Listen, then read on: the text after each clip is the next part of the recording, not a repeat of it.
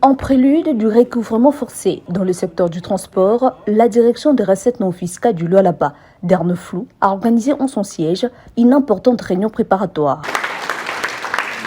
Cette séance de briefing a réuni les agents de la Derneflou ainsi que ceux de la division provinciale de transport, de communication et désenclavement afin de mieux préparer les équipes avant leur déploiement sur le terrain. Prenant la parole, Alain Mouyeye, chef de l'opération, a insisté sur la discipline, le strict respect des procédures et l'esprit d'équipe entre les différents services impliqués. Pierre Chukumba a quant à lui rappelé l'importance des règles d'éthique et de bonne conduite durant les opérations. Nous avons décidé aujourd'hui d'appeler tous nos collaborateurs qui vont descendre sur le terrain afin vraiment de bien se comporter parce que les assujettis ou les contribuables qui sont sous la voie publique, ce sont nos partenaires fiables de notre province. Alors c'est comme ça que nous avons demandé à ce que tous les agents se comportent très bien face à tous les caprices que nous trouvons souvent sur le terrain au travers de nos contribuables. De son côté, Mike Loachi a présenté les différents documents qui feront l'objet de contrôle sur le terrain. Les documents que la Derneflou,